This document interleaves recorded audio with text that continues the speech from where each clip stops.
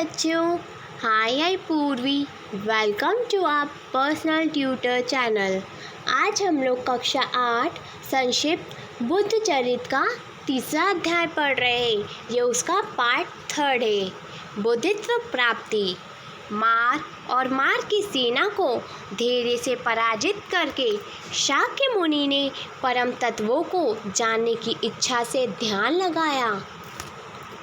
ध्यान के समस्त विधियों पर पूरा अधिकार प्राप्त करने के बाद रात्रि के प्रथम पहर से उन्होंने अपने पूर्व जन्मों को परंपरा का स्मरण किया। वे कहाँ कब कब अवतीर्ण हुआ हूँ। इस प्रकार उन्होंने सहस्त्रों जन्मों का प्रत्यक्ष स्मरण किया।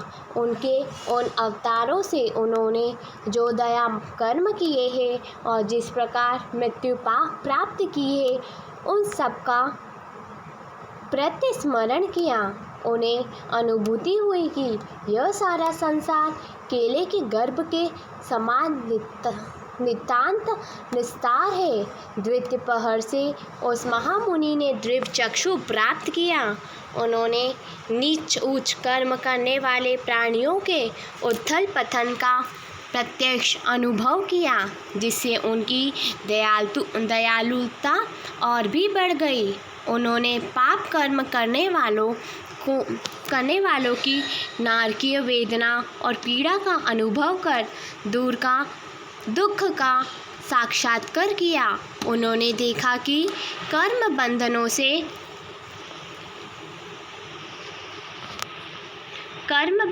से बंधे हुए प्राणी किस प्रकार दुख भोगते हैं। यह मर नहीं पाते और जब मरते हैं तो कैसे ये प्राणी निम्न योनियों में पूर्ण जन्म कर दुख भोगते हैं। उन्होंने अनुभव किया कि संसार में छोटे बड़े सभी जीव भूख और प्यास जनित दुखों से पीड़ित हैं। कुछ जीव हैं जो नर्क के समान गर्भ नामक सरोवर में गिरकर मनुष्य के रूप में जन्म लेकर दुख भोगते हैं। कुछ जीव हैं जो पुण्य कर्म करके स्वर्ग जाते हैं और वहाँ काम की ज्वाला में जलते हैं और तृप का होने के पूर्ण ही स्वर्ग से गिर जाते हैं। उन्होंने जन्म, जरा और मृत्यु के मूल कारणों का साक्षात्कार किया। उन्हें लगा जैसे वायु के योग्य से अग्नि का एक कण भी सारे वन को जला देता है, वैसे ही तृष्णा युक्त काम कर्म रूपी जंगल को जलाता रहता है। उन्होंने ध्यान में समझा कि तृष्णा का मूल करना संवेदना है, जो इंद्रियों, वस्तुओं और मन के संयोग से उत्पन्न होती है। उन्हें बोध हुआ कि अविद्या के नष्ट होने पर ही संस्कार क्षीण होते हैं और परम पद का मार्ग प्रशस्त होता है। उन्हें प्रतीति हुई कि उन्हें अब पूर्ण मार्ग का ज्ञान हो गया है।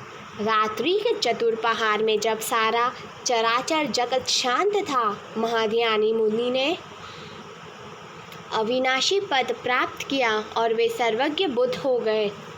जैसे ही शाक्य मुनि बुद्ध हुई, सारी दिशाएं सिद्धों से द्वीप हो गई और आकाश में दुधंबी बजने लगी। बिना बादल बरसात होने लगी। मन पवन प्रभावित होने लगी। वृक्षों से फल फूल बरसने लगे और स्वर्ग से पुष्प वर्षा होने लगी। चारों ओर धर्म छा गया। इक्ष्वाकु वंश के मुनि ने सिद्धि प्राप्त कर ली और वे बुद्ध हो गए। यह जानकर देवता और ऋषिगण उनके सम्मान के लिए विमानों पर सवार होकर उनके पास आए और अदृश्य रूप में उनकी स्तुति करने लगे। ध्यानस्थ होकर महात्मा बुद्ध ने जीवन मरण के कार्य कारण संबंधों को भली भांति जान लिया था और मुक्ति प्राप्त कर ली थी। इस मुक्तावस्था में वे 7 दिनों तक बैठे रहे। तभी उन्हें जगत को बोध प्रदान करने की अपनी प्रतिज्ञा का स्मरण हो आया। तभी 2 देवता आए और उन्होंने निवेदन किया, हे भक्त सागर को पार करने वाले मुनि, आप इस दुखी जगत का उद्धार कीजिए। जैसे धनी धन बांटता है, वैसे ही आप अपने गुण और ज्ञान को बांटिए। महात्मा बुद्ध ने देवताओं की प्रार्थना स्वीकार की। तभी अन्य दिशाओं में देवगण आए और उन्होंने महामुनि को भिक्षा पात्र दिया। निकट से जाने वाले एक सातवाह के 2 श्रेष्ठियों ने उन्हें भिक्षा प्रदान की।